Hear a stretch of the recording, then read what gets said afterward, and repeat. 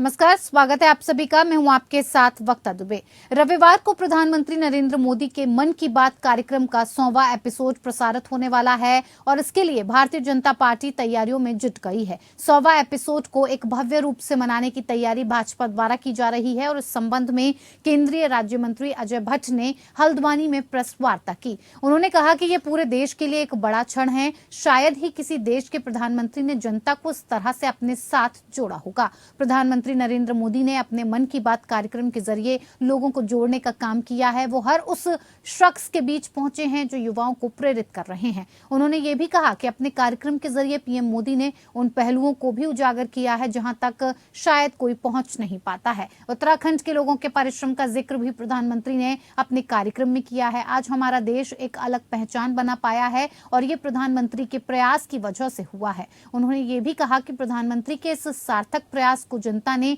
कामयाब बनाया है और तभी मन की बात कार्यक्रम 100वें एपिसोड तक पहुंच पाया है।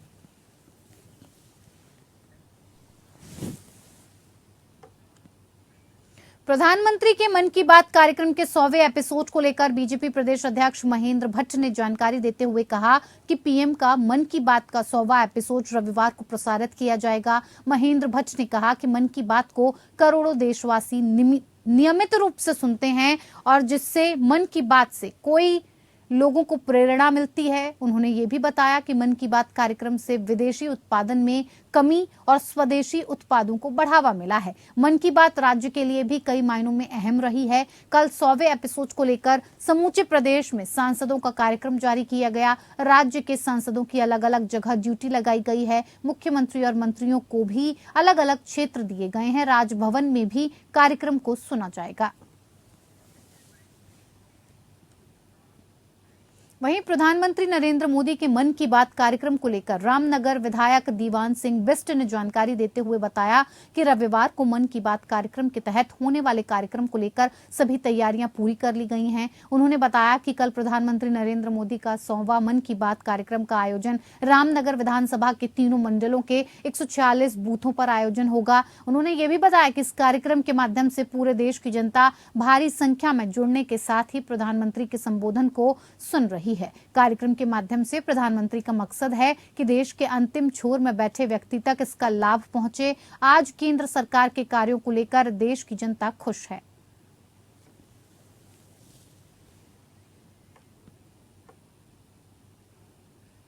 हाल ही में उत्तराखंड के कैबिनेट मंत्री चंदन राम दास की मृत्यु हो गई थी और जिसके बाद कांग्रेस ने बीजेपी सरकार पर सवाल खड़े करना शुरू कर दिया। कांग्रेस प्रदेश अध्यक्ष करण मेहरा का कहना है कि सरकार स्वास्थ्य को लेकर बड़े बड़े दावे करती है और एयर एम्बुलेंस चलाने की बात करती है, लेकिन प्रदेश में हालात ये हैं कि भारतीय जनता पार्टी अपने ही कैबिनेट मंत्री को एयर एम्बुलेंस की सेवा नहीं दे पाई। यदि समय से चंदन रामदास को एम्बुलेंस की सेवा मिल जाती तो शायद चंदन रामदास की जान बचाई जा सकती थी। और बीजेपी फोन न उठाने वाले अधिकारियों पर कार्रवाई करने की बजाय झूठ बोलकर हमारी नेता इंदिरा हरदेश को एयर एम्बुलेंस देने की बात कर रही है। बीजेपी को शर्म आनी चाहिए। बीजेपी के प्रदेश अध्यक्ष महेंद्र भट्ट ने भी पलटवार किया। उन्होंने कहा कि कांग्रेस ये भूल गई कि इंदिरा हरदेश जी को भी एयर एम्बुलेंस बीजेपी सरकार ने ही दी थी और अब जिस तरीके से कांग्रेस सवाल खड़े कर रही है उससे लगता है कि कांग्रेस मृत आत्मा का अपमान कर रही है।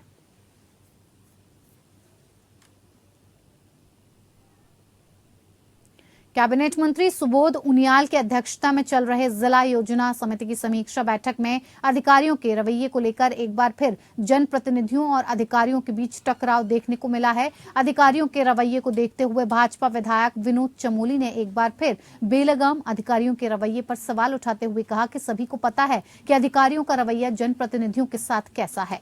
उन्होंने ये भी कहा कि जब से राज्य का गठन हुआ है तब से लेकर अब तक राज्य के अधिकारी अपनी जिम्मेदारी को ठीक से निभा नहीं पा रहे हैं। ऐसे में जिला योजना समिति की बैठक में जिन अधिकारियों ने अपने काम सही से नहीं किए उनको उसके बारे में बताया जा रहा है, लेकिन अधिकारी अपने तानाशाही रवैये पर अड़े हुए हैं।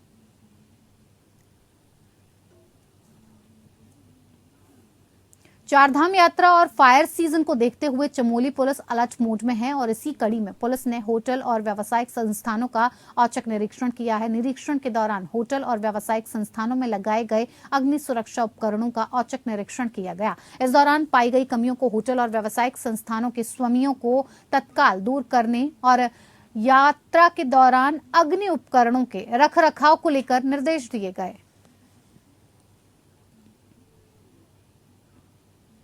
उत्तराखंड में एक बार फिर से मौसम का मिजाज बदलने वाला है। मौसम निदेशक विक्रम सिंह ने जानकारी देते हुए बताया कि 29 अप्रैल से लेकर 3 मई तक मौसम का मिजाज बदलेगा और इसी के साथ उन्होंने चारधाम समेत पहाड़ी क्षेत्रों में बर्फबारी का भी अलर्ट जारी किया है। विक्रम सिंह ने बताया कि चारधाम समेत पहाड़ी क्षेत्रों में 2 से 3 फीट की बर्फबारी हो सकती है और साथ ही मैदानी जिलों में बारिश की संभावना जताई गई है। ऐसे में चारधाम यात्रा करने वाले यात्रियों को सतर्क रहने की जरूरत है और साथ ही पुलिस और एसडीआरएफ को भी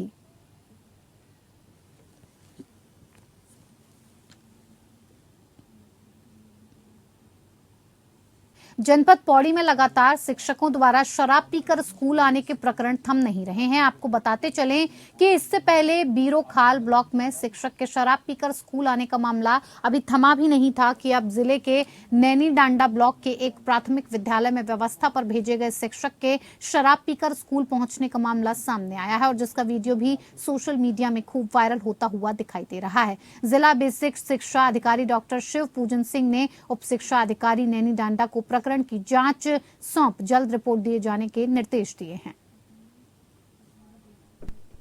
आज ही मैंने खंड शिक्षा अधिकारी को उसको नोटिस जारी करते हुए वेतन रोकने के लिए और शासकीय नियमों के अनुसार उसकी जांच करके आख्या तत्काल उपलब्ध कराने के लिए निर्देश दे दिए गए हैं। और ये टीचर आनंद सिंह राजकीय प्राथमिक विद्यालय जगदेई में का मूल विद्यालय है और इसकी व्यवस्था राजकीय प्राथमिक विद्यालय देवता खेत में लगाई गई थी, जिस जो वायरल देखने से पता चल रहा है कि वो टीचर विलम्ब से भी पहुंचा था, तो उसके खिलाफ शासकीय नियमों के अनुसार कर्मचारी आचरण नियमावली का उसने उल्लंघन किया है। इसके आधार पर उसके वेतन रोकने की कार्रवाई करते हुए संपूर्ण जांच आख्या उपलब्ध कराने के लिए तत्काल निर्देश उच्च शिक्षा अधिकारी नैनी डांडा को दिए गए। जनपद पौड़ी के बीरोखाल ब्लॉक के अंतर्गत आने वाले बेजुरो बाजार में फौजी के घर पर जिला प्रशासन द्वारा बुलडोजर चलाने का मामला सामने आया और जिसके बाद फौजी के परिजनों ने अपर जिलाधिकारी पौड़ी ईलागिरी से न्याय की गुहार लगाई है। वहीं इस पूरे मामले में राष्ट्रीय राजमार्ग विभाग द्वारा इसे अतिक्रमण बताकर बुलडोजर चलाने की बात कही जा रही है। तो पीड़ित फौजी के परिवार का कहना है कि एक और उनके भवन को अतिक्रमण की जद से बताकर प्रशासन द्वारा उस पर बुलडोजर चला दिया गया, जबकि उनके ही निकट बने अन्य भवन पर जिला प्रशासन ने कोई कार्रवाई नहीं की है। जिला प्रशासन ने केवल उनके घर को ही अतिक्रमण की जद में बताकर बुलडोजर चलाया और जबकि इससे पूर्व तहसीलदार और पटवारी ने 2 बार अपनी रिपोर्ट जिला प्रशासन को सौंपी है, जिसमें उनके घर को अतिक्रमण की जद से क्लीन चिट दी गई थी। रामनगर कोतवाली पुलिस ने नशे के खिलाफ अभियान चलाते हुए 2 नशे के सौदागरों को गिरफ्तार कर उनके कब्जे से 111 नशे के अवैध इंजेक्शंस बरामद करने में सफलता हासिल की। घटना के संबंध में जानकारी देते हुए कोतवाली एसएसआई अनीस अहमद ने बताया कि बीती शाम मुखबिर की सूचना पर कोतवाली पुलिस ने ग्राम तेलीपुरा रोड स्थित प्राइमरी स्कूल के पास 2 संदिग्ध लोगों को गिरफ्तार किया और जांच करने पर नशे के अवैध इंजेक्शंस बरामद किए गए। आरोपियों के खिलाफ संबंधित धाराओं के तहत अभियोग दर्ज कर उन्हें कोर्ट में पेश करने की कार्रवाई की गई है और पुलिस का नशे के खिलाफ अभियान जारी रहेगा।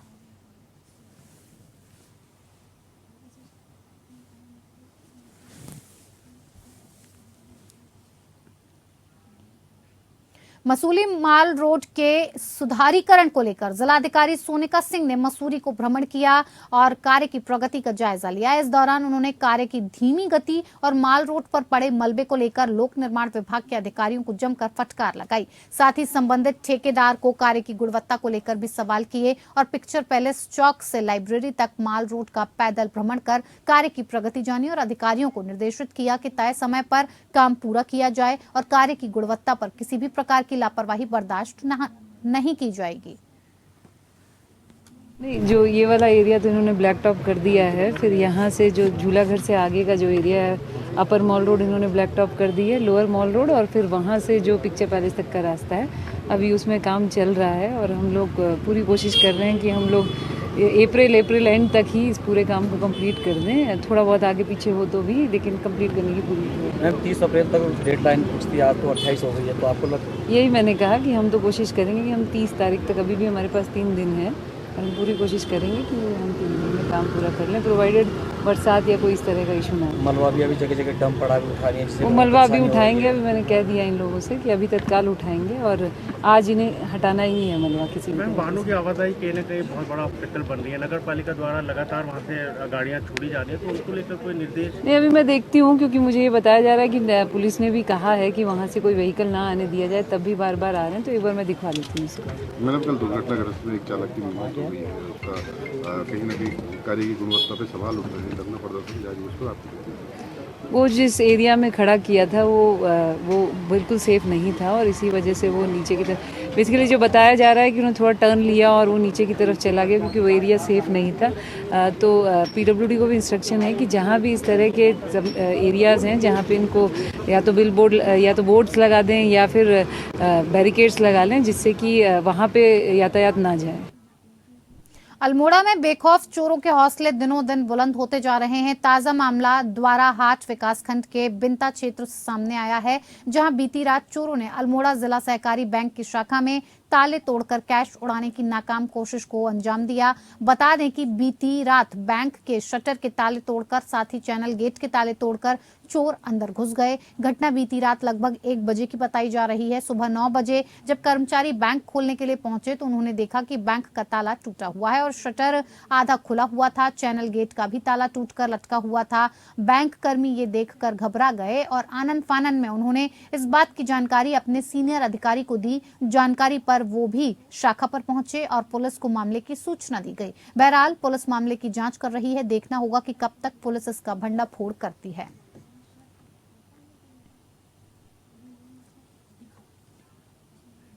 काशीपुर में आगामी 1 मई से प्रदेश के सस्ता गल्ला विक्रेताओं के द्वारा की जाने वाली हड़ताल को लेकर कोटेदारों ने उप जिलाधिकारी को ज्ञापन सौंपा है। कोटेदारों ने राज्य में खाद्यान्न वितरण कार्य का बहिष्कार किए जाने की भी चेतावनी दी है। हड़ताल को लेकर फेडरेशन की काशीपुर इकाई के अध्यक्ष विनोद कुमार पार्षद ने कहा कि ज्ञापन के माध्यम से उप जिलाधिकारी प्रताप सिंह को अवगत कराया गया है कि कोरोना काल में वितरित किए गए 7 माह के राशन का लाभांश अभी तक नहीं मिला है। वहीं जनवरी से अब तक के वितरित किए गए राशन पे कमीशन की अभी तक कोई रूपरेखा सरकार द्वारा नहीं बनाई गई। वर्तमान में राशन विक्रेता भुखमरी की कगार पर आ चुका है। आगामी 1 मई से पूरे प्रदेश में सस्ते गल्ले का वितरण नहीं किया जाएगा। इसमें हमारा कोरोना काल का 7 माह का लाभांश और जनवरी से जो फ्री राशन बट रहा है उसका कमीशन, जिसकी कोई रूपरेखा सरकार द्वारा नहीं बनाई गई। आज जो है राशन विक्रेता जो भुखमरी का कगार पर आ चुका है। इसलिए पूरे प्रदेश में 1 मई से खाद्यान्न का वितरण नहीं किया जाएगा। सर, आज एसडीएम सर साहब मिले, क्या वार्ता हुई आपकी?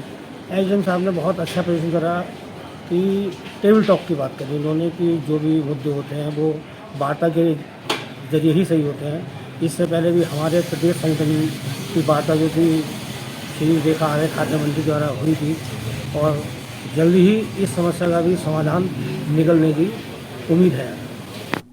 हल्द्वानी में मुखानी थाना पुलिस और एसओजी टीम को एक बड़ी सफलता मिली, जहां टीम ने चेकिंग के दौरान 102 ग्राम स्मैक के साथ एक तस्कर को गिरफ्तार किया। मामले की जानकारी देते हुए एसएसपी पंकज भट्ट ने बताया कि पकड़ा गया तस्कर अल्मोड़ा के चौखटिया का रहने वाला है, जो लंबे समय से स्मैक की तस्करी कर रहा था, जिसे पुलिस टीम ने गिरफ्तार कर लिया। पुलिस अब स्मैक के बड़े सप्लायर्स की तलाश में जुटी हुई है। साथ ही इस साल अब तक पुलिस ने नशे के खिलाफ बड़ी कार्रवाई करते हुए 1 किलो 672 ग्राम स्मैक बरामद की है।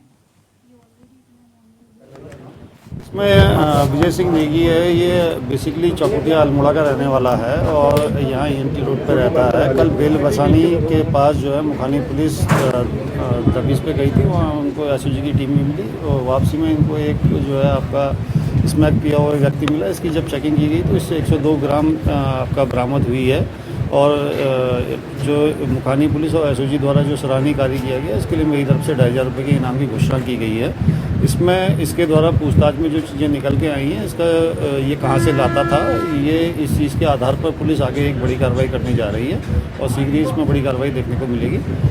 जहाँ तक आपका नशे के खिलाफ कार्रवाई है तो वो लगातार चल रही है और इस साल लगभग 2.25 किलो अभी तक इसमें बरामद हो चुकी है। तो चलिए, उत्तराखंड बुलेटिन में मेरे साथ फिलहाल इतना ही। नमस्कार।